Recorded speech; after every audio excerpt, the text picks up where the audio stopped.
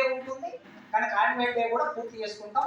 ఈ cultural fest following, college fest following annual day ఉంటుంది. కనుక 3 రోజులు ప్రశాంతంగా.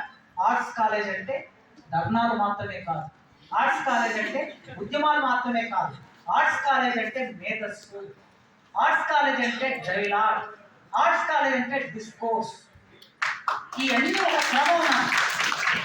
ఈ వేదిక మీద స్టూడెంట్ యూనియన్ ప్రెసిడెంట్స్ ఉన్నారు. ఆ రోజు స్టూడెంట్ యూనియన్ ఎలక్షన్స్ జరిగినప్పుడు ప్రెసిడెంట్స్ గా ఎలక్ట్ అయినటువంటి వాళ్ళు కూడా వేదిక మీద ఉన్నారు. కనుక అలాంటి ఒక డైలాగ్ అండ్ డిస్కోర్స్ ను మనం నడపకపోతే మనం సంస్థని కాపాడుకోలేము. మా వీసీ గారు ఎప్పుడు చెప్తూ ఉంటారు, సార్ అకాడమిక్ యాక్టివిటీ ఏదైనా చేయండి సార్. మన ఫెస్ట్ ఉంది అనగానే నేను జర్మనీ వెళ్తున్నా, 6వ తారీఖు నైట్ వరకు వస్తా, 7వ తారీఖు మీ ఇనాగ్రల్ సెషన్కి వస్తా అన్నారు. ఇచ్చిన మాట ప్రకారం వచ్చారు.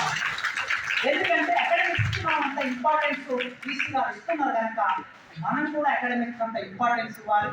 ఇవాళ మీరు ఈనాడు పేపర్ చూసి ఉంటే, నేను ఈనాడు చూశాను పొద్దున్నే, హైదరాబాద్కి కనీసం 30 ప్రైవేట్ యూనివర్సిటీస్ వస్తున్నాయి, విదేశీ యూనివర్సిటీస్ వస్తున్నాయని వార్త చూశాను నేను. 30 విదేశీ యూనివర్సిటీస్ వస్తే రేపు ఆర్ట్స్ కాలేజ్, ఉస్మాన్ యూనివర్సిటీ వాటితో పోటీ పడకపోతే ఈ క్లాస్ రూమ్లు బంద్ చేసుకొని మాకు రిటైర్మెంట్ ఇచ్చి మేము ఇంటికి పోవాలి. మీలాంటి వాళ్ళు చదువుకోవడానికి అవకాశం ఉండదు. ప్రైవేట్ యూనివర్సిటీలో చదవాలంటే లక్షలాది ఫీజులు పెట్టాలి. కనుక దీన్ని కాపాడుకోవాలంటే మీ డిసెంట్ పెట్టండి.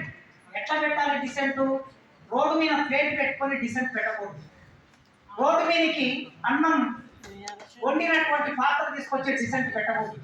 రోడ్డు మీదకి సాంబార్ తర్వాత చారు వండినటువంటి పాత్ర తీసుకొచ్చే డిసెంట్ పెట్టకూడదు. డైలాగుతో డిసెంట్ పెట్టాలి.